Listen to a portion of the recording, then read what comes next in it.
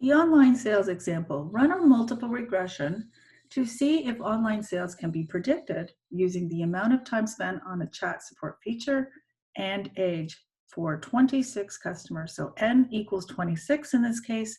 You can see the data set is only showing the first 5 customers, and then the triple dots underneath, that means and so on, up to 26 customers.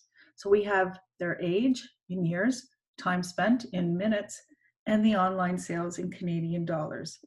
So the first thing we do is we plot the data because it's difficult to visualize the relationships between these variables. So we plot the data. We can look at the scatter plots here. So the first plot is product sales versus age. And the second plot is product sales versus time spent. And so it's not really telling us whether age and time spent would be statistically significant in predicting sales. And so sometimes the plots give us an indication and sometimes they don't. So that's all the more reason to run a regression to know for sure. The third plot is the 2 predictor variables, age and time spent. So lots of variability. So again, we won't know for sure until we build the model. And then we can look at the 3-dimension plot where age is the X variable, time spent is the Y variable. I believe it's coming out that way. And then the product sales is the Z variable. Okay, so what we are doing with multiple regression is we are actually building a plane or a surface that can be used to predict the Y hat, in this case, the sales. Okay, so I'm just going to change the sharing. I'm going to go to the RStudio so you can see where I built that, actually compiled that plot. So you can see there's the 3D plot for sales, age, and time spent. Just going to see if we can run the 3D plot. I might need to change screen to actually bring that 3D plot up. So here it is here. So here's the 3D plot. And so the black points is the age, the red points is the time spent, and the green is the online sales. So you can, I can actually move it around so that we can look at the relationship between. And again, just know that when you're building a multiple regression model, with 2 predictors and 1 response variable, you are building a plane or a surface, as opposed to simple linear regression where we build a 2-dimensional line. Okay, so we're just going to change to the Excel sheet and actually run the model.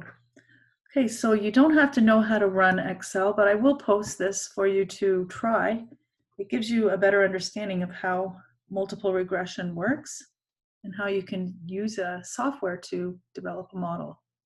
So if you go to data, I'm just going to switch to data.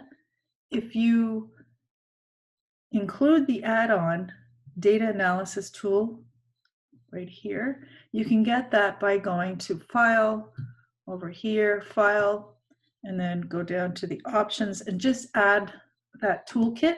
So the data analysis add-on, so I'm just going to go to it and click regression. So you can do all kinds of things in here. There's t-tests, ANOVA, f-test, and so on. So there's the regression. So okay, so the first one says here, input Y range. So I'm going to put product sales as the Y range.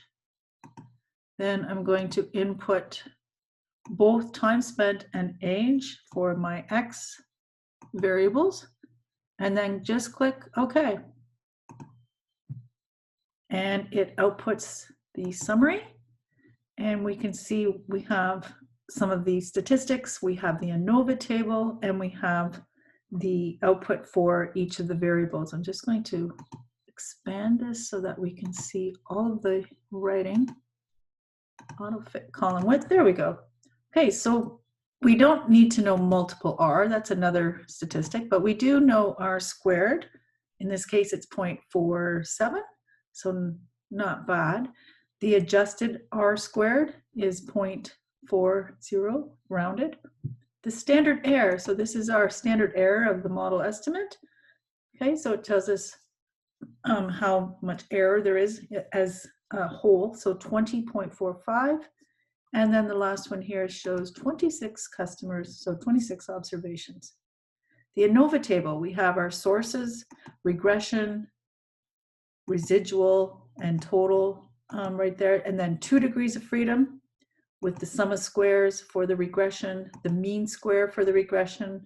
And then we have 23 degrees of freedom for the residuals. Here's the sum of the squares for the residuals, or the errors, SSE would be. And then the mean square error. And then you take the mean square regression, divide by the mean square error to get the F value. And the output in Excel gives you exactly what the F value is. So in this case, it is statistically significant. So we would say that we would reject the null hypothesis that all of the coefficients are equal, and we would accept that at least one of them is 0. So that's the ANOVA. So that's testing the overall model. And then we can look at each individual variable. So variable 1 in this case was time spent. So make sure those are all lined up. So the time spent, we can see the coefficient for it is 0.91. And then the standard error. So if you take the coefficient and divide by the standard error, you get the t statistic. And then there's the p-value. So we can see right there, it's a very small p-value. So time spent is statistically significant in predicting sales. Let's take a look at age. Age, that's the coefficient for age. There's the standard error for age, that's for the coefficient. So you take the coefficient, divide by the standard error for the coefficient corresponding to age, and that's your test statistic. And the p-value, again, it's very, very small. So we would also consider that age is statistically significant in predicting online sales. This is also the showing the lower and upper confidence intervals for those variables, for those coefficients rather. And the only thing I didn't mention is the intercept. That's the constant term, and it also shows the standard error and test statistic and p-value and so on for the intercept. What we're most interested though in knowing is, are our 2 predictor variables, the time spent and age, are they statistically significant? And you can see here, yes, they both are. So that's how you run a multiple regression model in Excel.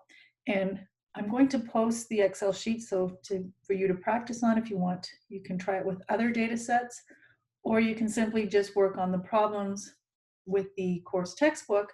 But this is, you don't have to know how to use the software. It's just there to help you understand the tables better and all the statistics. Okay, so that's how you run a multiple regression model.